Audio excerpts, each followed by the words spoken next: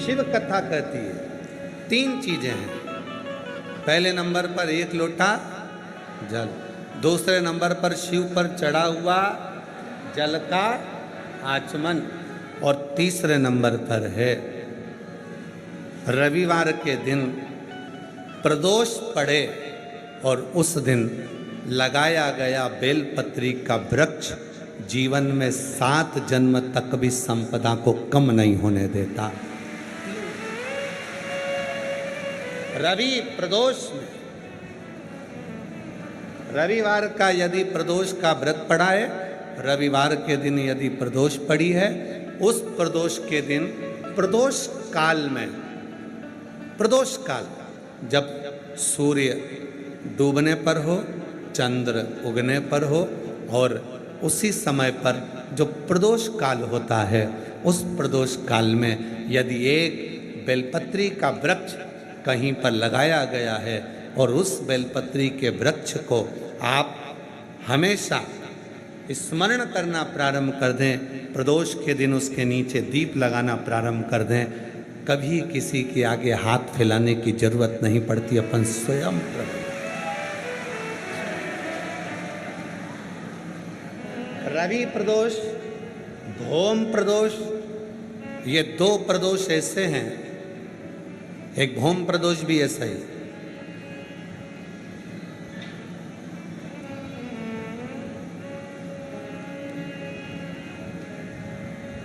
महाराज, मंगलवार का दिन हो,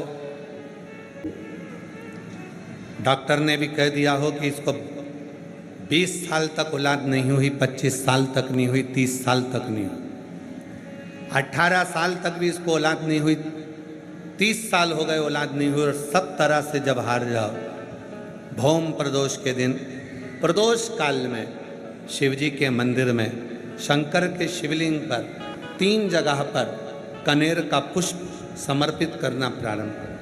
पहला अशोक सुंदरी की जगह पर, दूसरा जहाँ शिवलिंग रखा हुआ का रखना प्रारंभ कर दो, उसमें से अशोक सुंदरी वाले पुष्प को घर लेकर आना प्रारंभ कर दो। भौम प्रदोष के दिन 4 से 5 भौम प्रदोष करोगे और एक दिन मेरा बाबा तुम्हारा गर्भ ठहरा देगा और बाबा की कृपा से तुम्हारे घर में संतान। भौम प्रदोष। जितनी रवि प्रदोष की प्रबलता है, रवि प्रदोष क्या करता है? धन देता है, संपदा देता है, वैभव देता है। जो बेटे बेटी, नवयुवक बेटा बेटी जितने भी कंपटीशन एग्जाम में बैठते हैं, जितने परीक्षा देने के लिए बैठते हैं, जितना कंपटीशन एग्जाम में बच्चा बच्ची बैठते हैं, और वो आखिरी में ये विचार करते हैं कि मैं यहीं पर भी लगाया है, और प्रत्येक प्रदोष पर जाकर आप उसके नीचे अगर दीपक लगा रहे हो तो तुमको तुम्हारी मंजिल तो मिलकर रहेगी ही, चाहे कुछ भी। रवि प्रदोष की इतनी महत्वता है।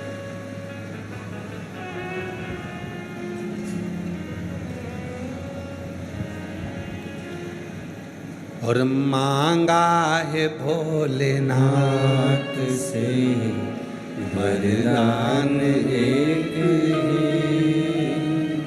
मांगा है भोलेनाथ से वरदान एक ही,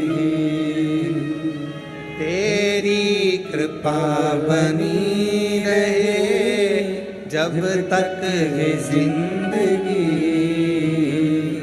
तेरी कृपा बनी रहे जब तक है जिंदगी, मांगा है भोलेनाथ से वरदान एक ही, मांगा है भोलेनाथ से वरदान एक ही, तेरी कृपा बनी रहे जब तक है जिंदगी, तेरी कृपा बनी रहे जब तक है जिंदगी, मांगा है भोलेनाथ से वरदान एक ही मांगा है भोलेनाथ से वरदान एक ही। शिव करुणा के सागर। शिव महापुराण की कथा कहती है ये तीन चीजें हमारे जीवन को सुख देती हैं। एक लोटा जल शिव को चढ़ाना प्रारंभ किया, हमारे धीरे धीरे मार्ग सुलभ होते चले गए, मार्ग खुलते चले गए, मार्ग खुलते चले, सुलभ हो गए मार्ग।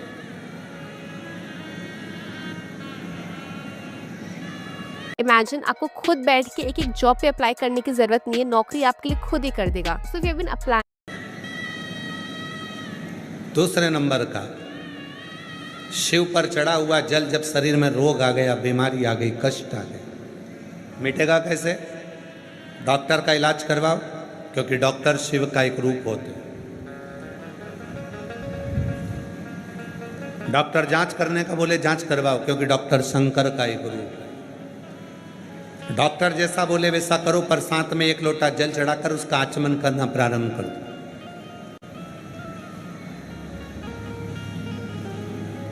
मिल जाए कुबेरेश्वर धाम का यदि रुद्राक्ष, उसको तांबे के लोटे में गलाओ, सुबेरे शिव जी को जल चढ़ाओ, उस जल को लेकर आ जाओ, वो जल आचमन करना प्रारंभ करो, थोड़ा थोड़ा 3 बार उसका आचमन करो। धीरे धीरे धीरे धीरे मेरा कुबेर भंडारी ऐसी कृपा करेगा कि एक ना एक दिन कुबेरेश्वर धाम पर तुम्हें बुला ही लेगा, कृपा करेगा।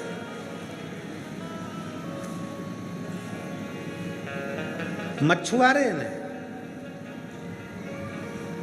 एक पत्थर को देखा और पहचान गया कि ये मैंने सारे हीरे नीचे फेंक दिए, एक हीरा मेरे पास में रह गया, पर अब इस हीरे को छोड़ना नहीं, अब इस हीरे को नहीं छोड़ना। कुबेरेश्वर धाम पर आए हुए शिव भक्त ये सोचकर नहीं आए थे तो कि उनको ये कथा मिल जाएगी। बोलो बोलो ईमानदारी से, आए थे क्या सोच के कि आपको शिव पुराण की कथा यहाँ मिल जाएगी? दुनिया के लोग कहाँ कहाँ जाते हैं कथा श्रवण करने के लिए, फिर वहाँ जाकर लोगों का मुंह झूठा कराते हैं। आप लोगों को तो ये कुबेरेश्वर धाम पर कथा भी मिल गई, और कई कई ऐसे भी हैं उन्होंने मौका में चौका भी लगा दिया कि कहीं पानी की बोतल बांट दी, कहीं बिस्कुट बांट दिया, कहीं टॉफ़ी बांट दी कि आप कहाँ जाकर बांटेंगे, यहीं पर कथा भी हो रही है और बाबा का भजन। सोचा नहीं था आपने कि कथा मिल जाएगी।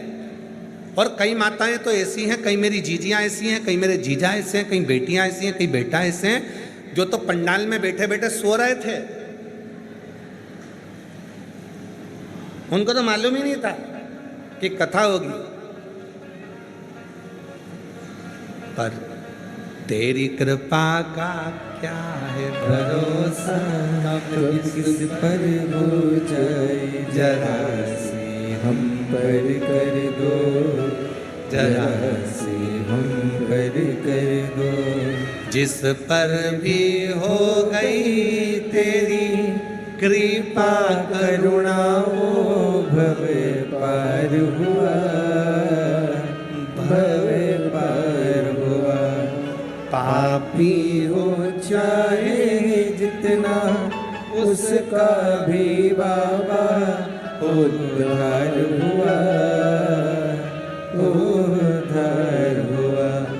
गीत अजामिल गणिका जैसे तेरे मन को भाई जरा सी हम पर कर दो, जरा सी हम पर कर दो।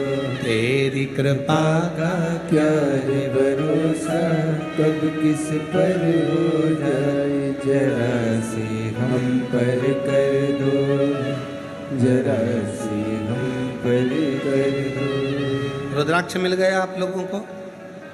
जम के बोलो। जल चढ़ गया, कंकर संकर पूजन हो गई, बट वृक्ष का दर्शन हो गया, बटकेश्वर पूजन हो गया, भोजन हो गया, सब हो गया, बस एक ही चीज बची थी, कथा, वो भी मिल गई।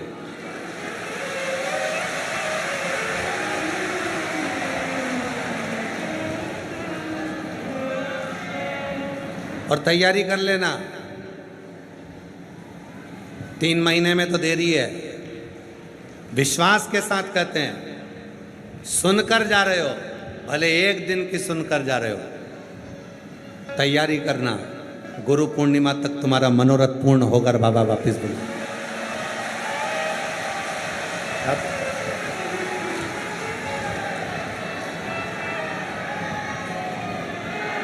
यहां से जाओ तो बैग में खाली नहीं करना अपने को, अपन बोल के जाना, बाबा सुना है कुबरेश्वर धाम पर बैठकर कथा सुनी जाती है, कंकर शंकर पूजन करी जाती है, रुद्राक्ष लिया जाता है, बड़ के पेड़ का दर्शन किया जाता है, जल चढ़ाया जाता है और कथा का लाभ मिलता है, बैग खोला नहीं जाता, बाबा वापिस बुला लेता है।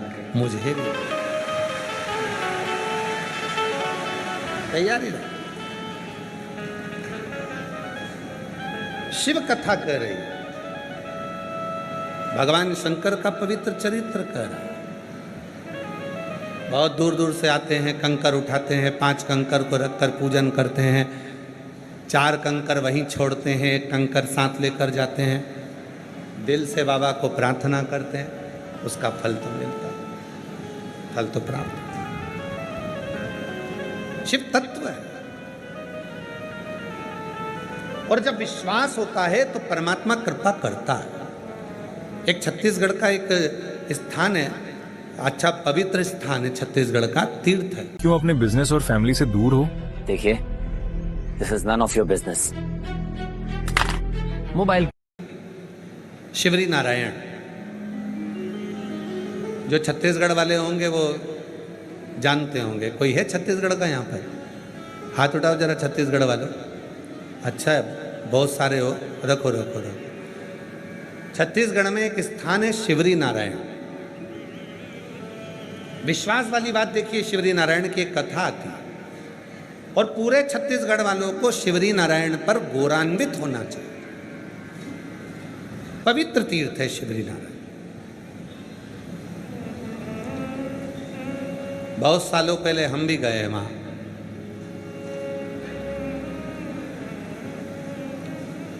शिवरी नारायण में सीताराम जी का मंदिर है। नारायण भगवान की, मेरे श्री हरि का प्रतिबिंब स्वरूप वहाँ पूजा जाता है। एक शिवलिंग भी है, लोग उसकी भी पूजा करते हैं। एक राजा हुआ है, रत्नपुर नाम के नगर के नरेश थे। रत्नपुर नरेश को मालूम पड़ा कि शिवरी नारायण में राम जी की सुंदर स्वरूप है, सीताराम जी वहाँ विराजते हैं, भगवान के सुंदर स्वरूप का वहाँ दर्शन होता है।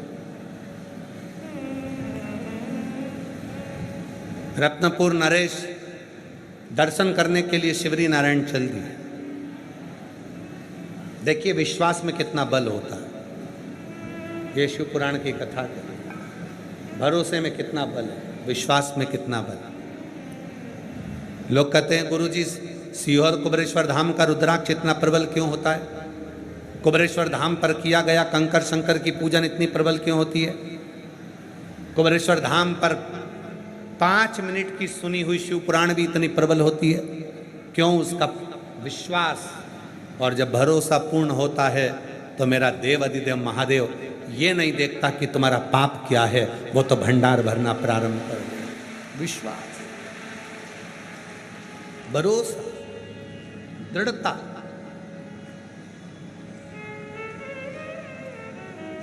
रत्नपुर नरेश को मालूम पड़ा कि शिवरी नारायण में भगवान सीताराम जी विराजमान। भगवान सीताराम जी शिवरी नारायण में विराजमान। रत्नपुर नरेश शिवरी नारायण चल दिए। छत्तीसगढ़ का बड़ा सुंदर तीर्थ है शिवरी नारायण। और रत्नपुर नरेश चले, सीताराम सीताराम सीताराम करते करते करते करते चले।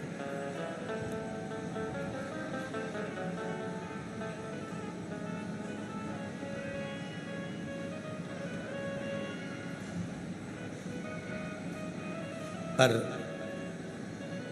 रत्नपुर नरेश शिवरी नारायण के मंदिर में पहुंच गए,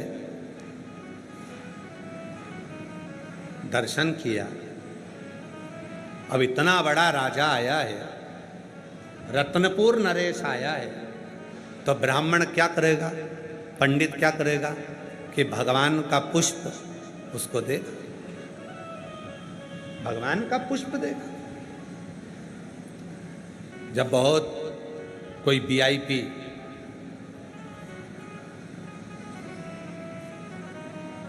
बहुत वीआईपी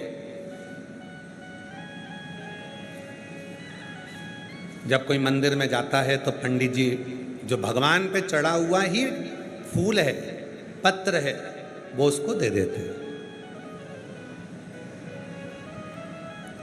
अब शिवरी नारायण में दर्शन करने के लिए रत्नपुर नरेश पहुंच गए, और रत्नपुर नरेश ने जैसे ही शिवरी नारायण में सीताराम सरकार का दर्शन किया, भगवान श्री हरि का दर्शन किया, पंडित जी ने एक कमल का पुष्प उनके मस्तक पर चढ़ा था, भगवान राम जी के, भगवान नारायण के, वो पुष्प उठाकर पंडित जी ने वो पुष्प रत्नपुर नरेश को दे दिया। रत्नपुर नरेश को जैसे ही कमल का पुष्प मिला, उस कमल के पुष्प में एक बाल लगा हुआ था, बाल उसमें लगा था, कमल के पुष्प में वो बाल लगा था।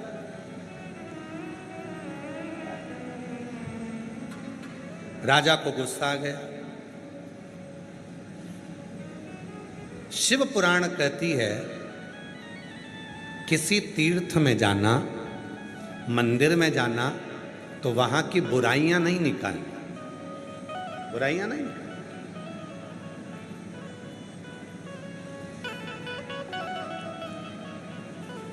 आज के समय में एक बहुत बड़ा मामला चल रहा है अयोध्या की चोरी का। अयोध्या की चोरी का एक मामला चल रहा है। राम मंदिर में चोरी हो गई, ये हो गया, वो हो गया। हमें समझ में नहीं आता कि सालों पहले मुगलों ने हमारे सनातन धर्म के मंदिरों में जो चोरी करी थी, वो मुद्दे को लेकर क्यों नहीं आते जो आज अवध के मुद्दे को लेकर आते।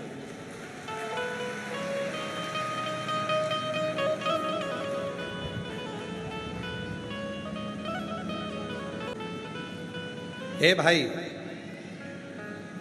होई सोई जो राम रची राखा। राम जी को जिससे जितनी सेवा कराना होगी उतनी सेवा वो उससे कराएगा, अपने पास सेवा देगा, और जब वो राम जी की कृपा होगी तो रखेगा, नहीं तो राम जी कुछ ऐसी लीला करते हैं कि व्यक्ति को अपने पास से दूर कर देते हैं। उसमें किसी का दोष नहीं है, उसमें एक ही चीज है, होई सोई जो राम रची। राम जी ने जो सोच लिया वो कर।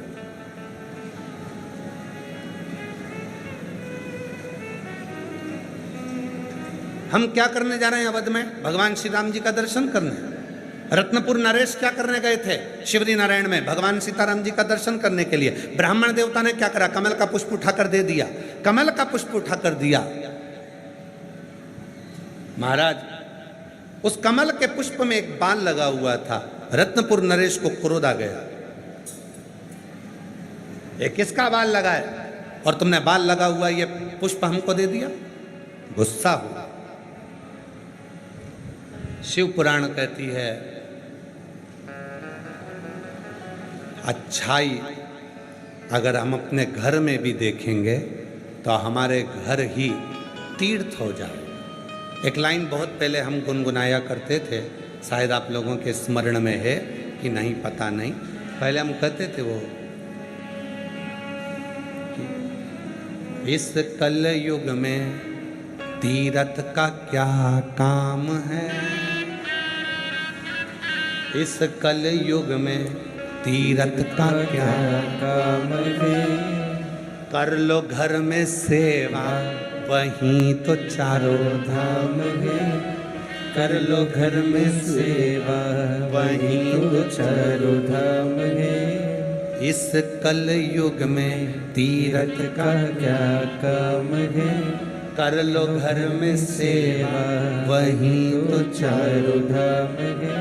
जिसके घर में सास ससुर वही बद्रीनाथ हैं। जिसके घर में सास ससुर वही बद्रीनाथ है। बोलो बोलो बोलो, जितने ऑनलाइन कथा सुन रहे हो सब बोलो। जिसके घर में सास ससुर वही बद्री, जिसके घर में सास ससुर वही तो बद्रीनाथ है। अरे कर लो उनकी सेवा।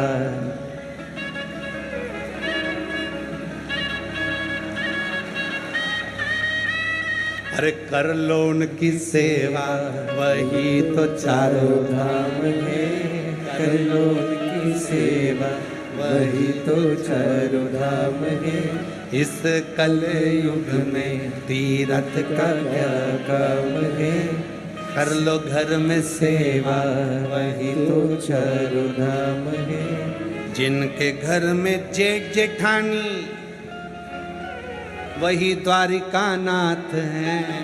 जिनके घर में जेठ जेठानी वही द्वारिका धाम है। अरे कर लो इनकी सेवा वही तो चारों धाम है।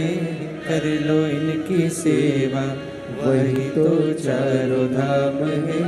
इस कल युग में तीरथ का क्या काम है। कर लो घर में सेवा वही तो चारों धाम है। जिनके घर में देवर देवरानी वही रामनाथ हैं। रामेश्वर उसी के घर में। जिनके घर में देवर देवरानी वही रामेश्वर नाथ हैं। कर लो इनकी सेवा वही तो चारों धाम है। कर लो इनकी सेवा वही तो चारों धाम है। इस कलयुग में तीरथ का क्या काम है। और चौथी बात याद रखना मेरी जीजियों तुम्हारे लिए, जिसके घर में पति देव वही जगन्नाथ है। के घर में पति देव वही जगन्नाथ है। जिनके घर में पति देव वही जगन्नाथ है। और कर लो उनकी सेवा। अरे कर लो उनकी सेवा वही तो चारों धाम है। कर लो उनकी सेवा वही तो चारों धाम।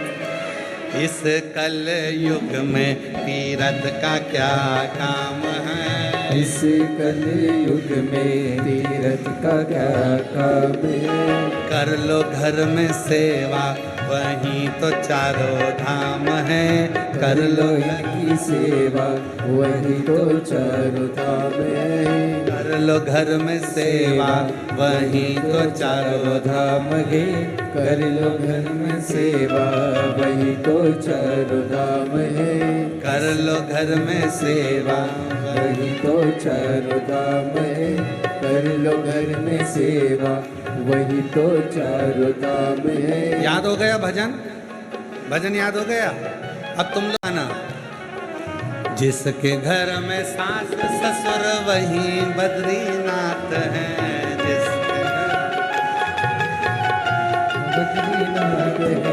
जिसके घर में सास ससुर वही बद्रीनाथ हैं। जिसके घर में सास ससुर वही बद्रीनाथ है। अरे कर लो उनकी सेवा। कर लो उनकी सेवा वही तो चारों धाम है। वो कर लो उनकी सेवा वही तो चारों धाम है। कर लो उनकी सेवा वही तो चारों धाम है। कर लो उनकी सेवा वही तो चारों धाम है। इस कलयुग में तीरथ का क्या काम है। इस कलयुग में तीरथ का क्या काम है।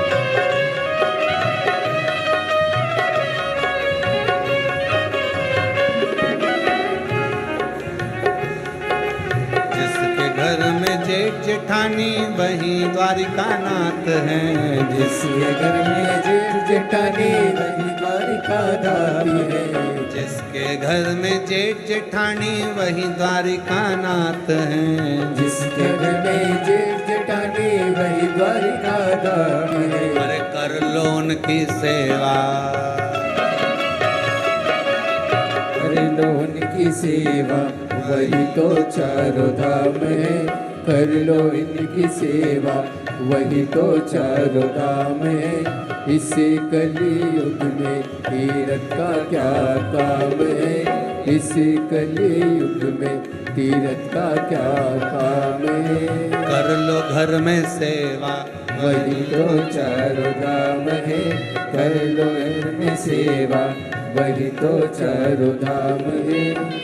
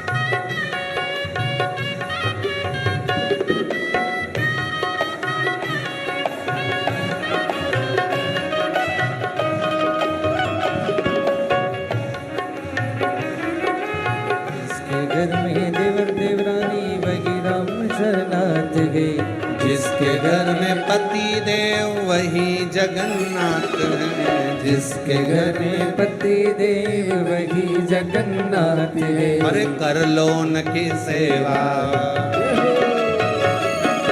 कर लो उनकी सेवा, वही तो चारों धाम है। कर लो इनकी सेवा, वही तो चारों धाम है। इस कलयुग में तीरथ का क्या काम है। इस कलयुग में तीरथ का क्या काम है।